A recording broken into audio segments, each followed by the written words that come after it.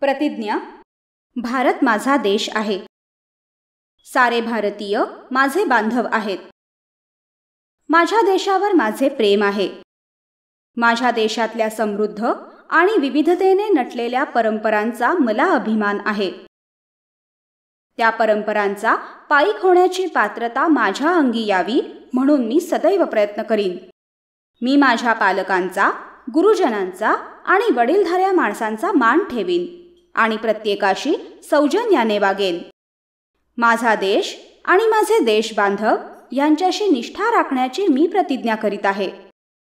त्यांचे कल्याण आणि त्यांची समृद्धी ह्यातच माझे सौख्य सामावले आहे.